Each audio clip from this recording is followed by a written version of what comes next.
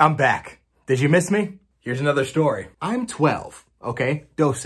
I've lived in a lot of different places. I mean, not a lot, but maybe more than most. This story takes place in the palm tree infested, swampish, humid climate of Florida.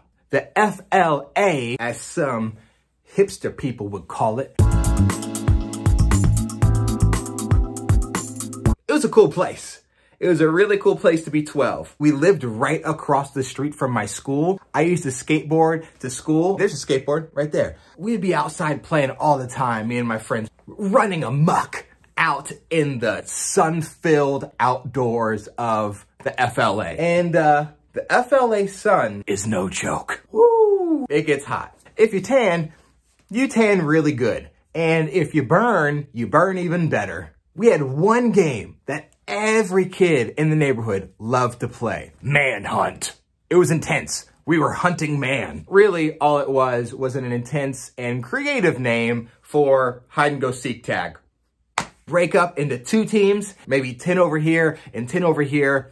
One group of 10 would go run and hide while the other 10 stayed there with their eyes closed. Half of the neighborhood was fair game. We'd be hiding under stairs, in trees. We'd be hiding in people's patios. It's like a Friday afternoon. And you know how Fridays feel so good because you know that tomorrow you wake up and guess what? No school. The world is ours. And we are ready to play a mean game of manhunt. So we split up into teams. Little Nino Pastor Josh is back again. And little Pastor Josh was good. My glory days, oh yes. Because you didn't just have to find someone and then to be out. You had to find them and then tag them. Not only was I fast, I was really little. So I could hide in some really good spaces. When you're small and you can hide, and you are fast like a cheetah mixed with a leopard lemur. What is that? A cheetah leopard lemur? Chaleplu? When you're fast like a chaleplu, oh man. Yeah. So, let me rewind. I said we used about half of the neighborhood because in the middle of the neighborhood, there was a huge lake. Remember, this is the FLA. In this lake lived at least one thing, sometimes 2 and 3. Alligators. We did not hide around the lake. Frankly, none of us felt like getting eaten, or at least bitten really good. We hid away from the lake. It's game time. Bandanas on, face paint, camouflage. Manhunt is going down. It is going down like gravity. Like gravity, because gravity, down. Unscripted and pretty funny. It's our turn to count. So my team, we huddle up, we're counting. We go out there, we hit everybody. Yeah, we're a team of winners. It's our turn to hide.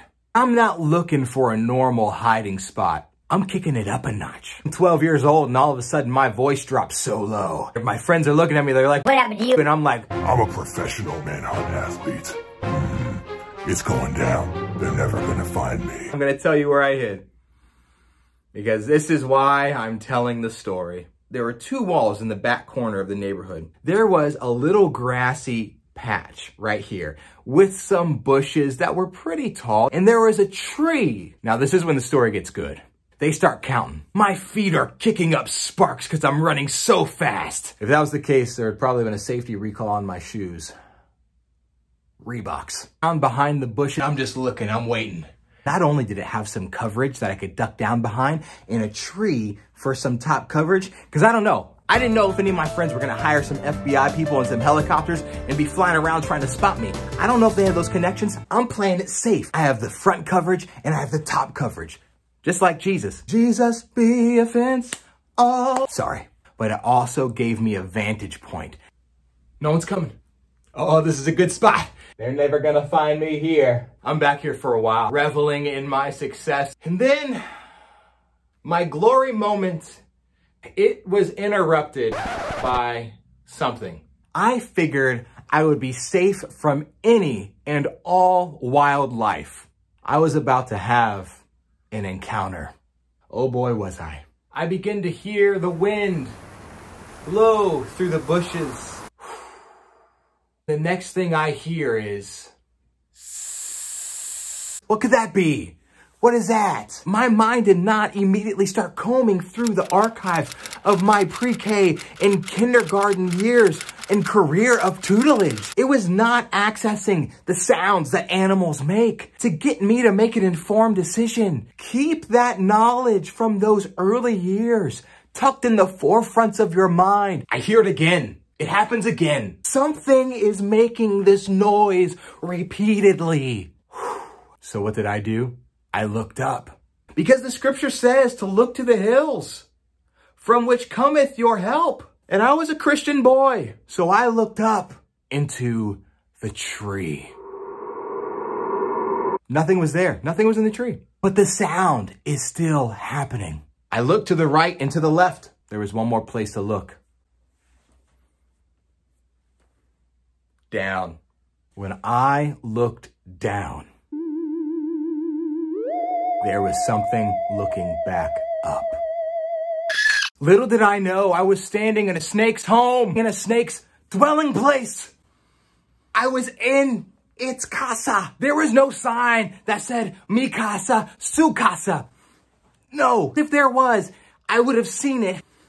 Snakes, put a sign on your dwelling place. Let us know. We won't come in. We're not going to solicit. We're not going to try to witness to you. No, we're going to leave you be. I was in its home. It did not want me in its home. It's standing up.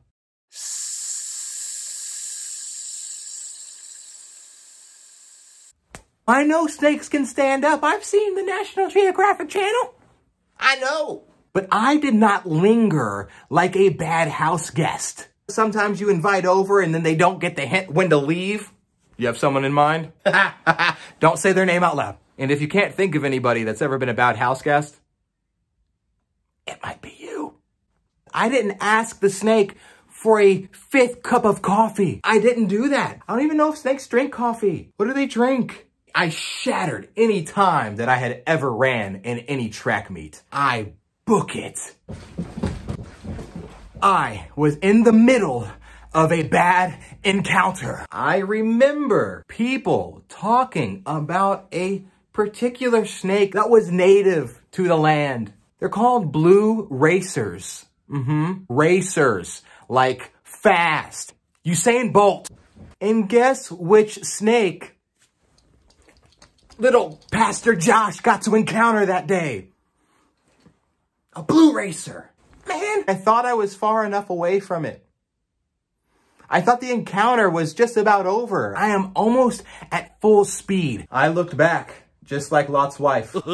I wish there was just a pillar of salt behind me. The snake was there. It was here. It was still standing up.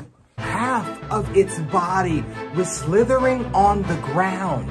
The other half of its body was being propelled by its lower half and standing off of the ground. The snake said to me, ready or not, here I come. Little did I know, I wasn't playing manhunt with my friends that day.